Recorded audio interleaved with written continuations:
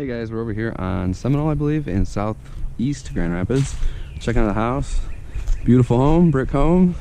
It's got some dimensional shingles. A couple of things I saw going on that we're gonna want to talk about. It's a steep roof, so bear with me. One thing we want to check on is underlayment. So I've been seeing felt pretty much prevalent throughout the roof line. In a few areas, we've got some flashing issues where, I mean, obviously it's just been some time. Above and beyond that, I'd like to see a little bit more counter flashing going on. I'm not sure if there was a colorant to this or if it was just mill and it's kind of washed away. So we'll talk to the customer about that, but it might be an opportunity to gain some aesthetics. So on this first dormer, you can see the step flashing pretty prevalent. So from what looks like someone going through and, you know, getting new step flashing in and installed where it needs to be. Now the first thing I saw when I came over here is when you get these shingles up, there's just bare wood underneath there. There is no felt whatsoever underneath there. I can see some nails starting to pop already. So obviously we're gonna have some water infiltration. Some small things going on in a few places on the roof. Like right here, you can start to see the shingle breaking down a little bit.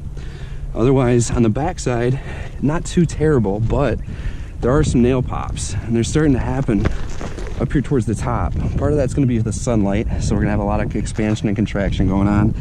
But this little nail pop right here, that could speak to a good amount of water coming into the house. Some of the other areas on these dormers, some of the things that the customer had asked to have us take a look at, not looking exactly how they should. So a lot of inconsistencies with the dormers as you go from one to the other. As I mentioned over here, we don't have any felt paper. However, on this edge, I can see a little bit. Then on the downwards, as you look, you can see, I don't see any step flashing installed. So the deeper I dug into it, I can find some step flashing in a few places, but not consistently throughout underneath. So the other thought process there is maybe two different people were doing step flashing at two different times, but I don't think so. From what I see, it looks like it's pretty well bare in a few spots.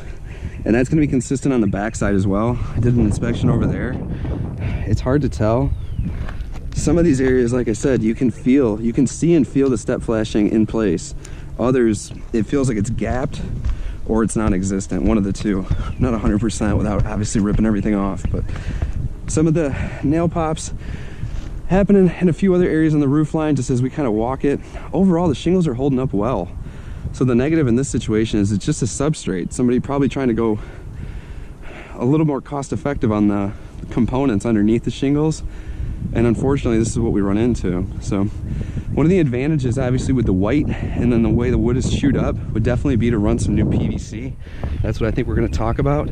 So what we would do is obviously cut back the wood siding, make sure that the proper step flashing is installed there.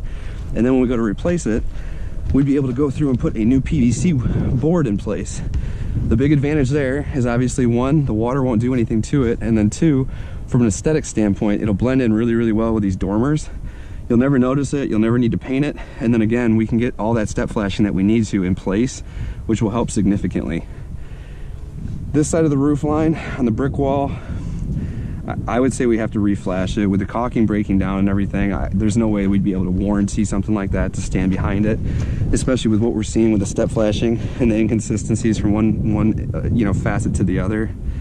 It's just a situation where either there were multiple people on the job site with a few different installation methods, or somebody tried speeding things up and maybe tried reusing some of the original step flashing that was installed. So we'll have to talk to the homeowner a little bit more about the timeline. And again, this main dormer is my biggest concern. With a little bit of the breakdown happening, that's understood. But again, with it being bare wood underneath, that's something that needs to get taken care of right away. So we'll have some options, and the ball obviously will, as always, be in the customer's court to make a decision on how they want to do.